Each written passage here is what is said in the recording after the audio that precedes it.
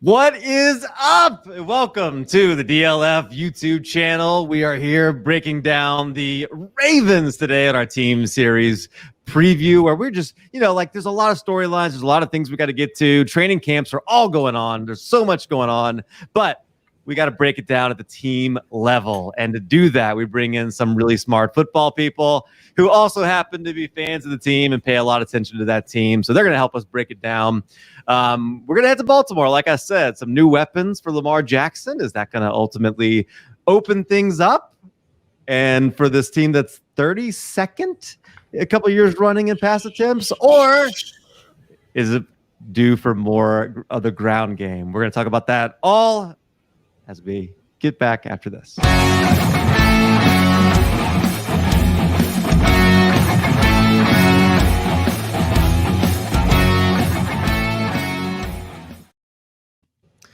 As I said, I'm joined by some really smart football people, so let me introduce them to you right here. Right here to my left, I got Mr. Ryan Searfoss at Foss534.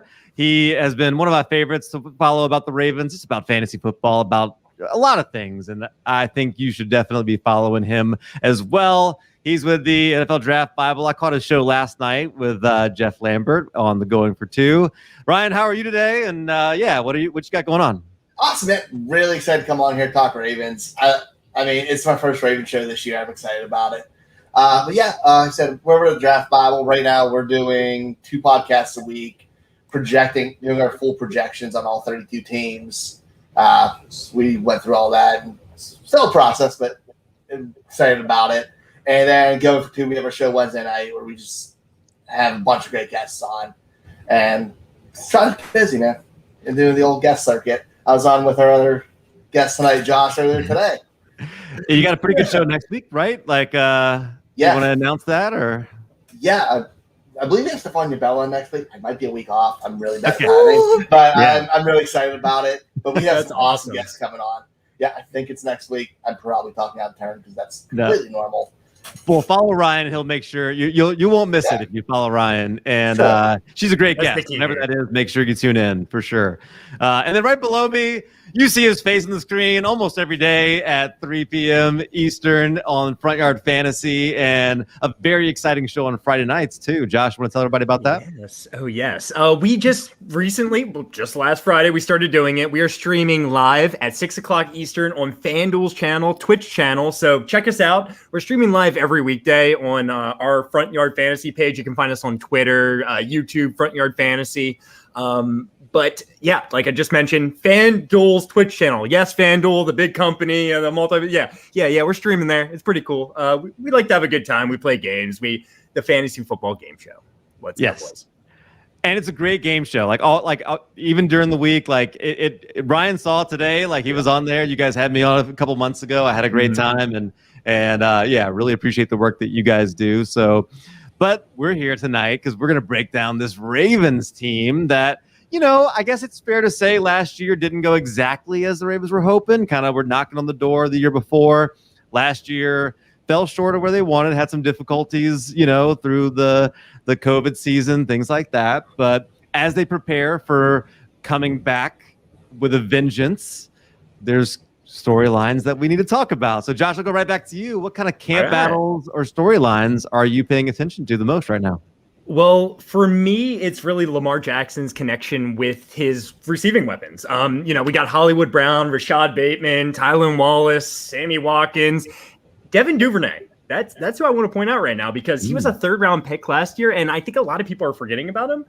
Now, listen, I'm not saying he's going to be super fantasy relevant but from a dynasty perspective, I think he's worth a stash, and I think people are absolutely forgetting about him. I know Rashad Bateman's the guy everyone's looking at, the 1st-round pick, 27th overall. We also got Tylan Wallace in the 4th round. But again, Devin Duvernay, 3rd-round pick from last year. He's a bit of a speed guy, but I think he could be somewhat fantasy relevant in the future. So keep your mind on him.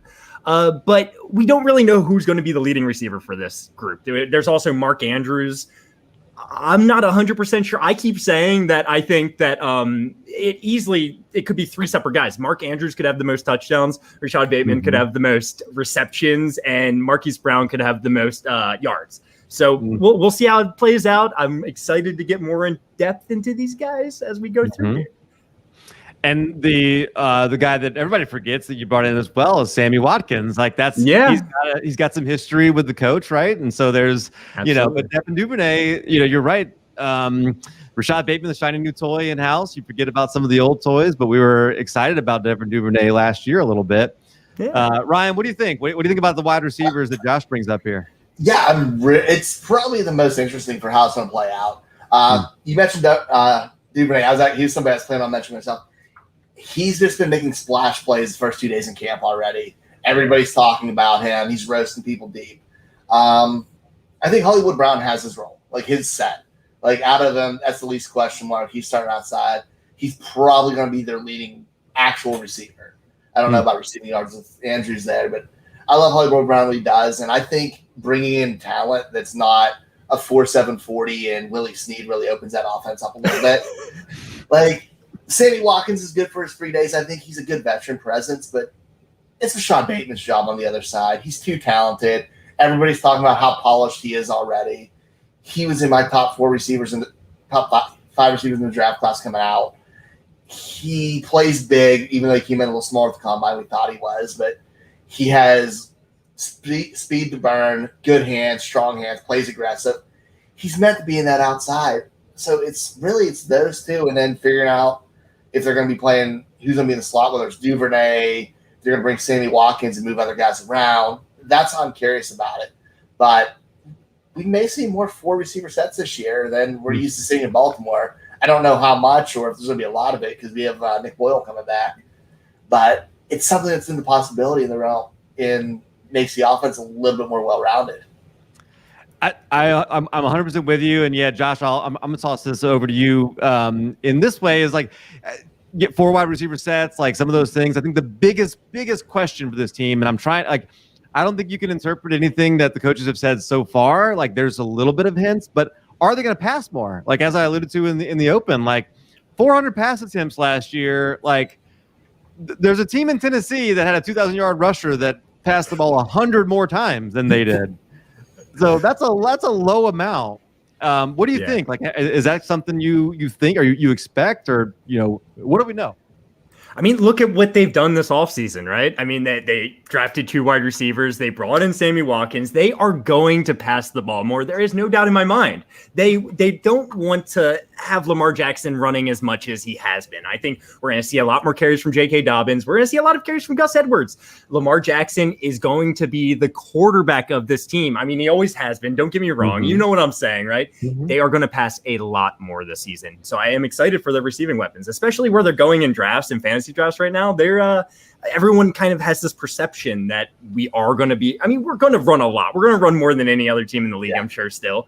But I think the offense is going to be more efficient. The offense is going to be on the field more, and they're going to have a hell of a season. I think Lamar Jackson's mindset, that's what it's all about. I think his mindset is great coming into this offseason, a lot better than it was last season, and I'm really excited. Yeah, it's real exciting. And like you said, following up with that, you follow the tea leaves. They made a lot of moves that make sense to improve the passing game. They brought in the 2 rookie receivers. I know Sammy Watkins isn't the most exciting thing, but he's still a solid wide receiver. They brought in a new pass game coordinator, Keith Williams. They brought in a receivers coach, and T. Martin, who everybody loves. And he's somebody who's been talked to move up the coaching ranks. These are signs that they're going to improve the passing game. And guess what?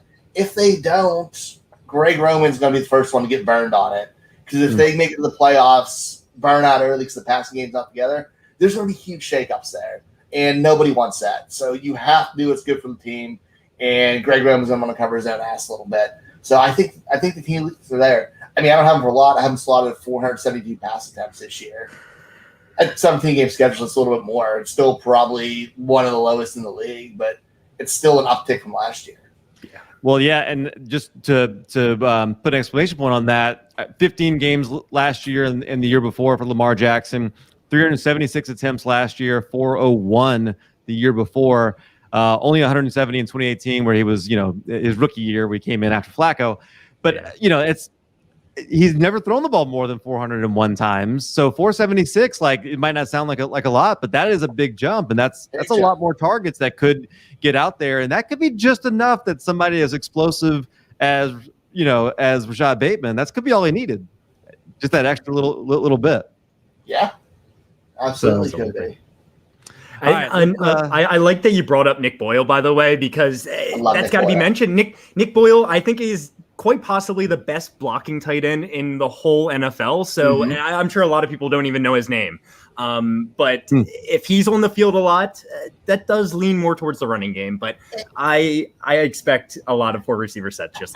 I think that helps Andrews, though, a lot, if you're talking about Nick Boyle, because Nick Boyle is going to take that blocking load. When last year he went out, there wasn't really a tight end other than Andrews. So he had to stay in and block more, and he's a major weapon. He's getting exhausted. He's getting beat up. So I love Nick Boyle's effect for a lot of players there. As you say, very, very different role than Mark Andrews. He's never affected him. Nick Boyle's on the field a bunch. Never affected Andrews very much in that negative way, but does help the running game. And we might as well stick on this a little bit. Like I got another game on another question about the running game later, but let's talk about the J.K. Dobbins, because very excited about him. But the same question exists on the role that he's going to have, and is it going to be enough carries, right? So let's ask that, Ryan. I'll toss it back over to you. Can we get 20 touches a game? Is that realistic for JK? I mean, it's definitely realistic. So we're looking at teams probably going to be first, second in the league in rushing attempts. And if you're looking at that, I have him slotted at just 44% of the rushing market share, which isn't a ton, but when your team's running 500 plus times, 550 plus times in the season, that's plenty. That's 247 carries. Like, that's a lot of running the football. And that still leaves 100 plus carries for Lamar, 150 plus carries for Gus. It's there. Justice Hill will steal a few, but there's enough with Gus in his usage in the red zone last year, especially at the end of the year where he scored in 5 of the 6 last games. I think it's enough where we don't have to worry about it. And consistently, plus I know nobody thinks it's happening, but he's been working so far in mini camp and camp more as a receiving back. I know it hasn't been a part of the offense yet, but things change. Like I said, new passing game coordinator, things change a lot. And when the talent's there, that has to be how your team goes. Love it. Really great breakdown. So let's talk about somebody maybe, we mentioned Duvernay. He might fit into this, Josh, but I'll ask you, do you have somebody else in mind that might be a good sleeper for this team? In terms of a straight up sleeper for this team, my favorite guy is actually Rashad Bateman. For me, I listen, Duvernay is getting drafted a lot later. So if you're looking for a super, super, super deep sleeper, sure, Duvernay. But again, like I said earlier, I don't really expect a ton from him fantasy wise. I think he's going to help the team along the way, though. But it has to be Rashad Bateman in terms of a fantasy context as a sleeper. I mean, he was one of the most talented wide receivers in the NFL drafts. Like you said, he was a top 4 receiver for me. I'm seeing him go undrafted in a lot of fantasy leagues right now, especially considering where the other rookies are going. I am very excited to take him with one of my last picks in a league. I know people are concerned about the passing volume, but I fully expect the Ravens to throw more this season. We just talked about that. I think we're going to see a season closer to Lamar Jackson's 2019 than his 2020, where he had 36 touchdowns and over 3,000 passing yards, right? So I'm excited for Rashad Bateman. I think he's going to eat this season. I was expecting his ADP to be higher than it is. I mean, you're right. Like, it's much more reasonable. It's almost like the fantasy community was very reasonable about where to rank him, and I appreciate that, because I think he's a great best ball guy, right? I mean, that's somebody that you can invest in. What do you think? What about sleepers for you, Ryan? I'm going to completely cop out, and I saw in our comments here, good friend Debro talking about Josh Oliver. Hey, for the tight end. I kind of like him in a dart throw situation, maybe DFS down the line, in playing that Hayden Hurst role that we used to see, because he's a little bit of everything. He's athletic. He's 87th percentile speed score. Like, he's an athlete. He can work in those heavy sets with the Mark Andrews and kind of give a different look on it. And after the top guys, after Hollywood and Andrews, it's going to be a lot of just random guys catching the ball. And at any time, it could be a tight end, because that's what Baltimore will do. and you can play off matchups, especially when you're playing in division with Pittsburgh and Cleveland, who have a little rougher linebacker cores. Mm-hmm. Yeah, I just looked up and on DLF's ADP, Rashad Bateman is right now going as the wide receiver 31. So kind of in that Jalen Waddle, Cooper Kupp. That's actually higher than I found myself, actually. So. And that's that's Dynasty League. So that's I know. In Dynasty makes a lot of sense. Yeah. Marquise Brown, wide receiver 54. That's low, right? I mean, Josh, I see your face there. Like, is that too low? Have we overcorrected a little bit too much on him? Yeah, that's too freaking low. Marquise Brown's going to have a pretty good season as well. Just in terms of, he's going to get a lot of deep passes, and we know those are the most valuable for receivers. He's not going to get a lot of short area targets, I don't think. So his reception totals, I don't think they're going to really make your day. But if you're in a non-PPR league, I think Hollywood Brown is a great pick. What do you think, Ryan? Like he comes in with the most chemistry with Lamar Jackson, obviously. And if we're saying they're going to open the ball, and throw it more, why wouldn't he benefit from that? Yeah, the chemistry, it's been off the charts. Like, they've been together all off season. They're together all times. It makes sense. He hit 100 targets last year in 14 games.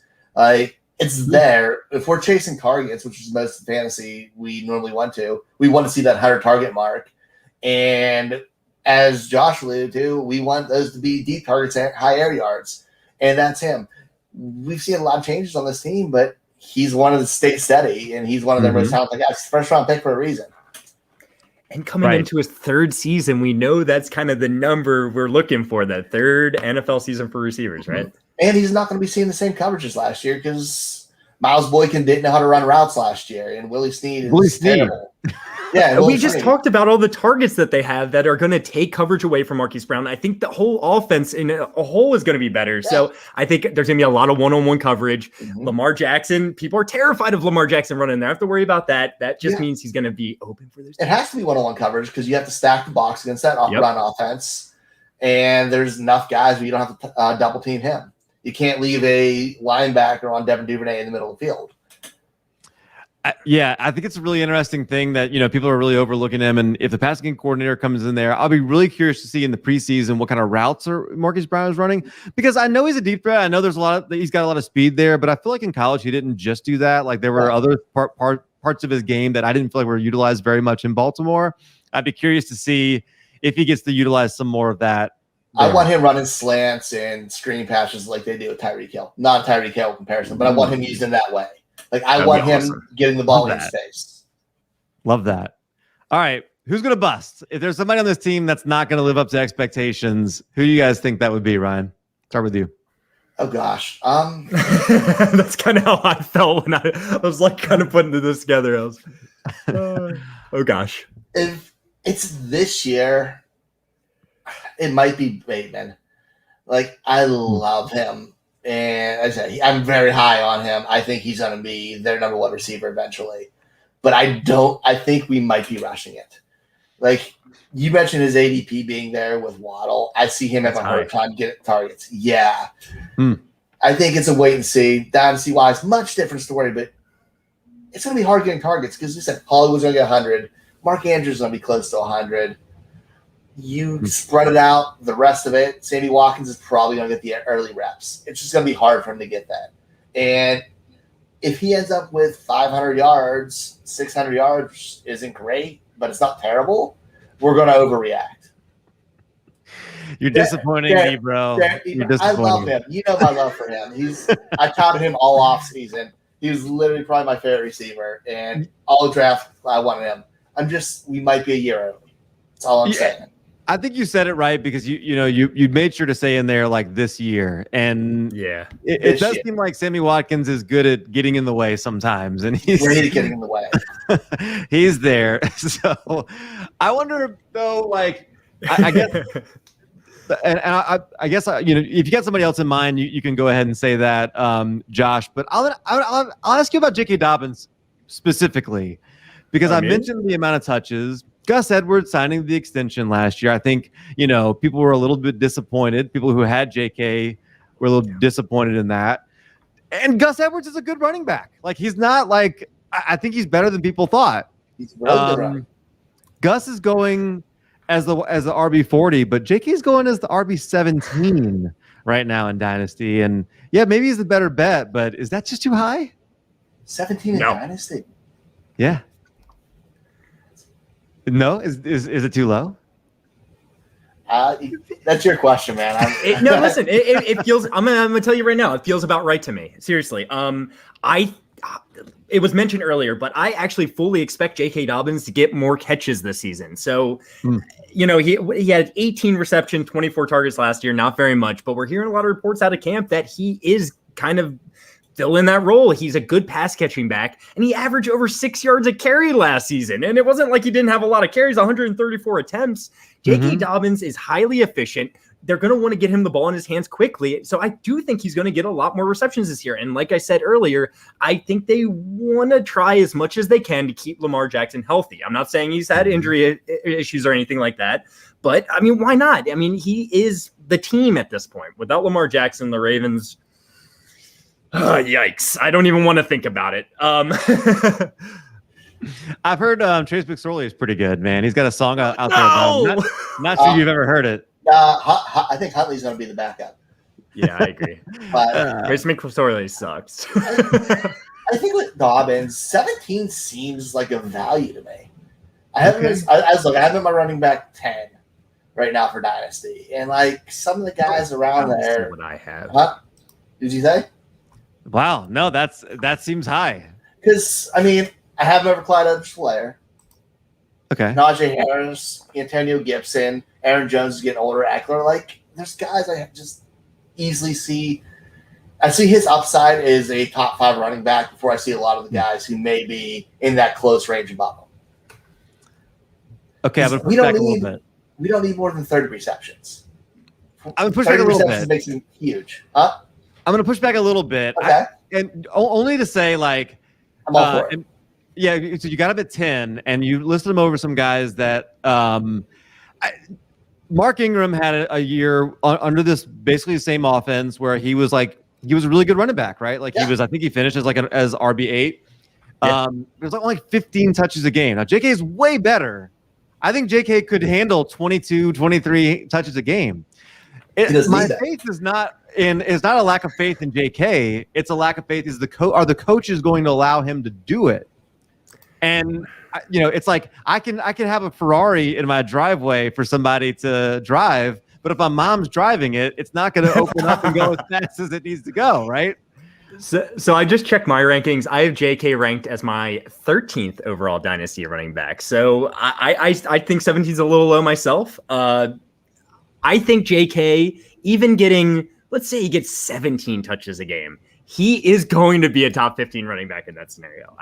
I'm uber confident. You mentioned he's 6 yards a carry. If you knock a full yard a carry off that, it's still really impressive. Still awesome. It's still a top 5 in the NFL. A yard and a half off of that is really impressive. Lamar makes running easier. Yeah. Like, I love Gus Edwards. I don't think he's anywhere near an elite talent or such great talent. But with Lamar back there, he makes him a really solid running back. You get somebody like J.K. Dobbins who's explosive, makes people miss space, do a little bit of everything. Sky's the limit. You don't need 25 carries to get there. You don't have to be a grinder. Yeah. All right. Fair enough. Here's a tough question. Oh, no. I think for this team. I'm going to pin you down. Tough. Josh, who was going to lead this team in targets? I don't love this question. But I'm going to go with my gut here. Listen, so Hollywood Brown, he got 100 targets last season. That's great. Mm-hmm. He's probably the safe bet in my mind. Mark Andrews last season had 88 targets. I'm going with Rashad Bateman. Ooh. Rashad Bateman will lead this team in targets, baby. I'm telling you, it's going to happen. He's got so much talent. He might be the best receiver in the short area part of the field. They're going to get him the ball quickly. I think Rashad Bateman has a really good chance to have the most targets on this team. I know it's a little bit out there for some people, but watch out. It's going to happen. Who wants to bet me? It's rare for rookies, but man, he's an exciting talent. And if he can, like, that would be, gosh, what a great sign that would be, huh, Ryan? And like I said, real fast, Hollywood Brown, he's more of that deep threat. It feels like he should be the answer here, but I truly believe that he's going to be used more in that role. So we'll see. We'll see. I hope you're right. I prefer you to be right on that. Yeah. And I have Hollywood projected as my leading receiver, but I think it's going to be Mark Andrews target-wise. I really do. The other tight ends being there, I think helps him. All these other weapons frees up the middle of the field for him just to eat. And he's just that safety valve, and especially where it counts. Like, he's a third down. He moves the chain on third down. He catches the red zone. I think it's going to be Andrews. I like that it. Safety blanket. You're absolutely correct. John, it was close for me. I have them probably within eight targets. I see that. Yeah. JL checking in. JL says it's going to be Hollywood. He didn't say it was going to be Hollywood. It looked more like he was like begging for it. It doesn't need to be Hollywood for him to be fantasy runner. You're absolutely correct. True. Like we've said many times, Lamar Jackson's going to throw a lot more this season. We hope so. So one of the things he did last year too is he would have been the right answer to this question on who will lead the team in rushing attempts. Yep. He had 159 last year. Gus Edwards was second at 144. J.K. was 134. How are they going to get it divided up this year, Ryan? Who's going to lead the team in rushing attempts? I think Dobbins. I mean, they didn't trust Dobbins right at the beginning, but once they did, they let him run, especially in the playoffs, later in that playoff run. And when it mattered, that's when J.K. was getting carries. And I think that carries over. You're going to see him early and often in games, and you're going to see a lot more Gus in games where they're playing with the lead. Like games you think they're going to win, it's going to be Gus's show. Mm-hmm. But early games that matter, it's going to be Dobbins. Like I have him at 44% of the rushing share. I have Edwards at 30%, and I have Lamar at 21%. Interesting. Sounds about right to me, honestly. Yeah. Yeah. Is it going to be J.K.? It's definitely going to be J.K. I mean, Lamar had 159 rushing attempts last year, and J.K. had 134. 134. Yeah. So he was only 25 behind. And like it was already said, before the bye, I'm looking at the stats right here. Before the bye, J.K. Dobbins had less than 10 rushing attempts every game. He had 1 in a few, 2 and 1. After the bye, he had over 10. He had over 11 rushing attempts in almost every single game, except for 1 against New England, and he missed the game against Pittsburgh. So, yeah. And the bye was in week 7. So J.K. Dobbins is going to be the leading rusher in Russia. No doubt in my mind. No doubt in my mind. Yeah, hopefully so. I mean, like if we can live in a world where J.K. Dobbins gets the most rushing attempts in this backfield and Rashad Bateman gets the most targets, this is going to be an exciting offense, right? I mean, you're going to want pieces of this offense, and that's going to ultimately come back to good things for Lamar Jackson too. So we haven't really broken him down at all yet. Before we get to the last question, just what do you think about expectations for Lamar Jackson if he is going to be asked to throw the ball more than he ever has? Ryan, how is he going to respond to that? I think we're going to see a good season on Lamar. I think he's been accurate. He doesn't make a ton of mistakes. He struggled on the outside a little bit, but again, look what he's been working with outside of Hollywood Brown in years. That's exactly. I think we've really got. I know Greg Roman's just been a nightmare, but I think we've taken it a little bit too far, where you have to do what your team's strong at, one way or another. The other misconception I think with Baltimore this year is their offensive line's improved. I know they lost Orlando Brown to the Chiefs. Big loss. Big loss. Big loss. But you know what? Last year they played without Ronnie Stanley, who's a bigger loss. Ronnie Stanley is a top 5 left tackle in the league. You got paid $100 million for a reason. Yeah, we paid him. So the left tackle spot's secure. They didn't have a right tackle after Orlando Brown last year, where Villanueva's filling in. He's not great, but he's better. Kevin Zeitler's an improvement. Like they drafted Ben Cleveland in the 3rd round. They've gotten a lot stronger on the offensive line, and I think that helps Lamar's passing a lot because he's not running for his life because they're getting blown up out the middle every single time. I don't have him anything crazy. I'm at 3,500 yards this year and 29 passing touchdowns, but that's fine when you're rushing for 700 yards. He just needs to pass the ball when it matters. You're going to see games where there's 15 attempts. It's just they get a lead. they run the ball. They're not like the Chiefs who are up 14 points and throw another 30 times in the game. They grind out the clock because they have a great defense. So you're going to have games that are slow, but all in all, it's going to be a better season for him, and he's still going to be solid in fantasy week after week. That was going to be how I phrased the question. You mentioned the rushing yards there. He's had 1,000 yards the last 2 years, Josh. Does he get there again? Yeah. Like I said, I think the offense is going to be efficient enough where he does. I think he's going to have less rushing attempts. I would put him just under 1,000 yards, actually, when it comes down to it, like in the 900 range. But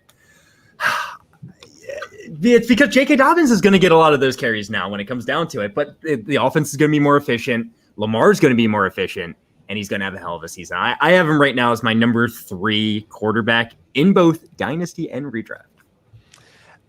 But Brian, if we have I have Lamar also at number 4, but I want him to keep rushing the ball. Like if he's not going to rush the ball as much, I probably don't like him as much, right? I want him to rush a little bit less because availability is still the most important part. Yeah, like stay healthy. I'm at 760 rushing yards, which is probably a little bit low. It might be wishful thinking. He's my QB4 in Dynasty, which I feel dirty saying that, but. I mean, as the comment says right here, any point in time he could blow up and be the QB1. Absolutely. The QBs 1 through 4 or 1 through 5, any of them could be that guy. Like you can just take this 5 dudes and rotate them. And I'm not going to be mad at you no matter who you have ranked that where out of those 5. Yeah, I completely agree. And I mean, like Kyler Murray, for instance, he had 819 rushing yards last season, and we're not like, oh no, we don't want. I'm worried about Kyler Murray. And if he has 800 yards again, we're going to be pretty freaking happy about that. Yeah. So I don't know. I think that's a little overblown, especially if he can be more efficient passing the ball, get more passing yards and passing touchdowns. He's going to be just fine. I do think that's a good point. I will just say Kyler Murray had 558 pass attempts to go along with that. Yeah, that's true. That's true. Target for that. There's no chance. I would say that goes down a little bit though, going in this year. That's just my personal plays. I know. Don't have the defense that Baltimore has either. A lot of short passes there too. That's the big difference. There are a lot more shootouts.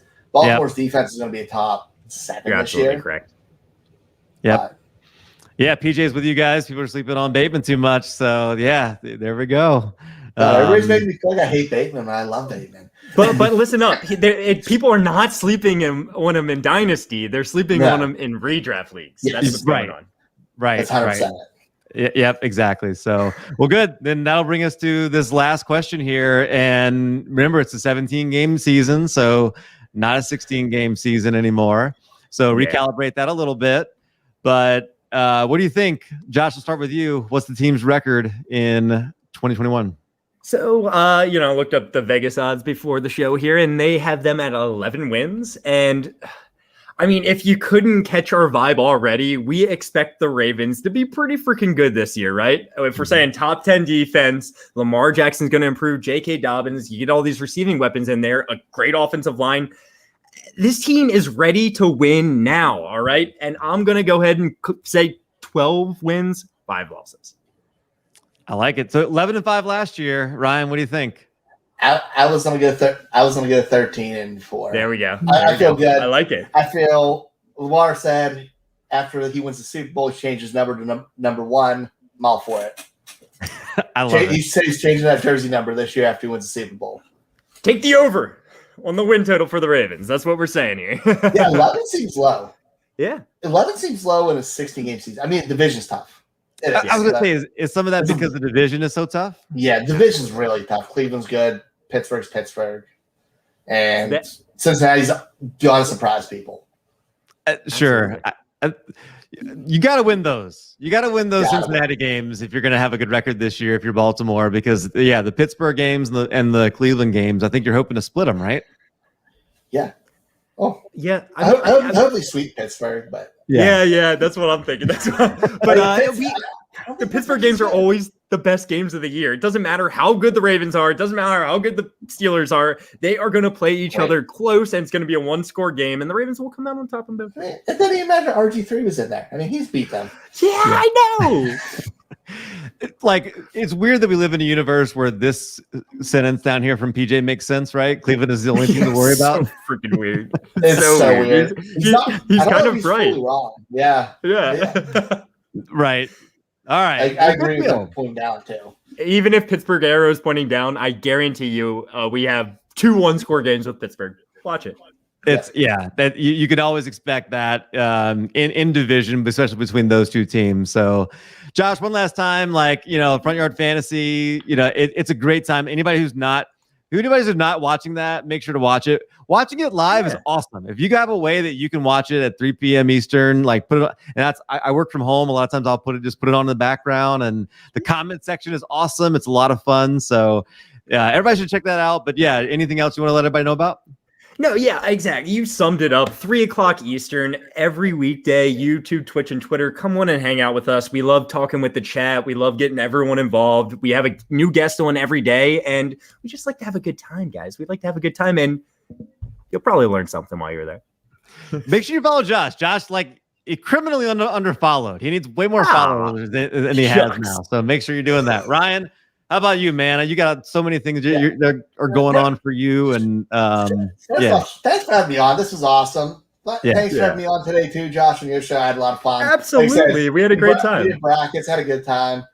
And like you said, that chat's crazy. But yeah, find me on Going for Two, the Armchair Fantasy Show Wednesday nights. We're live at 9:30.